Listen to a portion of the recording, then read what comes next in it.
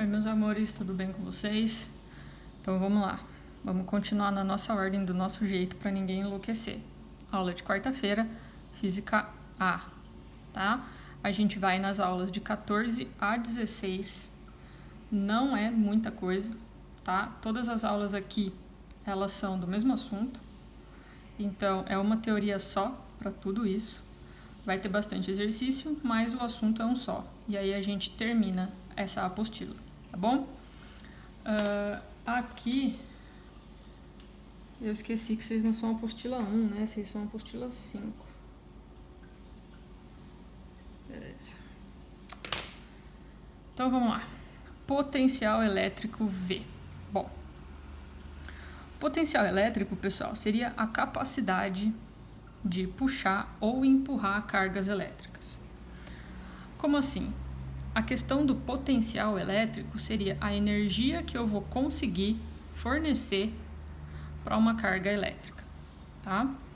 É uma grandeza escalar, ou seja, a gente pode somar e subtrair como números normais, tá? Sem pensar em vetor dessa vez. A unidade é o volts. Vocês têm que lembrar que essa nossa frente é de elétrica. Então, finalmente, a gente está chegando em algo conhecido aí, que é a nossa unidade volts, tá bom? Então, o potencial elétrico V é dado pela constante, que a gente já está acostumado, a carga de quem está fazendo esse potencial e a distância. Cuidado aqui, essa distância não é ao quadrado, tá bom? E aqui vai ficar estranho assim mesmo.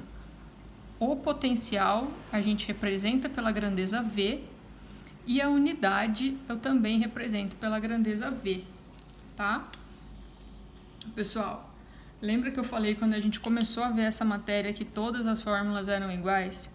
Então, ó, cuidado com isso aqui. Se vocês me colocarem um quadrado nesse D, vocês vão estar calculando campo elétrico, tá? Então, as grandezas que são escalares não têm o quadrado, tá bom? Aí, vocês vão falar para que serve esse negócio. Bom, não serve para muita coisa mesmo não. Desse jeito que ele tá, a gente não consegue usar. Eu uso a diferença de potencial. Pessoal, diferença de potencial é um nome que vai aparecer pra gente o tempo inteiro agora. Então, ó, tá aqui. Diferença de potencial, como é um nome muito grande e a gente tem preguiça, a gente às vezes chama de DDP, que é diferença de potencial, ou aparece tensão, ou aparece voltagem, tá? Bom, como é só uma diferença, ele também é em volts, tá bom? Então, ó, U, que é a nossa diferença de potencial, é igual a um potencial menos o outro.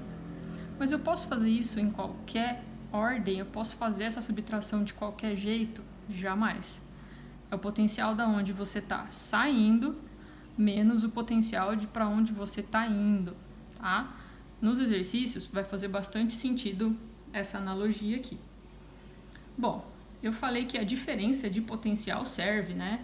Então vamos ver para que serve esse raio dessa diferença de potencial. Tá aqui, duas tomadinhas. Eu tenho uma tomada onde por um plug eu tenho 110 volts, no outro plug eu tenho 0 volts. Se eu faço a diferença de potencial, eu tenho uma tomada 110. Aqui eu tenho uma tomada por onde um plug eu tenho 110, pelo outro plug eu tenho menos 110. Isso vai me dar uma diferença de potencial de 220 volts. Então vamos lá, pensa que é essa diferença de potencial que vai movimentar as cargas elétricas dentro do meu fio. Não sai nada da tomada. Eles só orientam os elétrons e as cargas elétricas para se movimentarem para um determinado caminho. Esse cara aqui está fazendo tudo sozinho, porque esse outro mané aqui não está fazendo nada. Agora aqui, ó, esse cara puxa e esse cara empurra. Então isso aqui vai me dar uma corrente elétrica, que é o nosso assunto um pouquinho mais para frente, muito mais forte do que esse aqui, porque esse aqui eu tenho um cara só fazendo o trabalho, tá bom? Vamos voltar então para nossa aulinha. Bom, energia potencial, porque afinal de contas, se eu vou colocar coisas em movimento, lá da mecânica, eu sei que eu vou ter energia, tá? Então, a energia potencial, ela vai ser em joule, como todas as outras energias. Ela depende de duas cargas. O nosso potencial depende só de quem está fazendo. Vocês vão lembrar que vocês já conhecem essa formulazinha aqui, ó. Só que ela também tinha um quadrado aqui. Se colocar o quadrado, vocês vão estar calculando força elétrica e não energia potencial, tá? Então, cuidado. A energia potencial, então, vai ser dada pela constante K, que a gente já conhece, Q1, Q2, que são as duas cargas, e a distância de separação entre as duas cargas. Pessoal, do mesmo jeito que a força, eu tinha que ir combinando bolinha com bolinha, porque só pode pôr 2 aqui.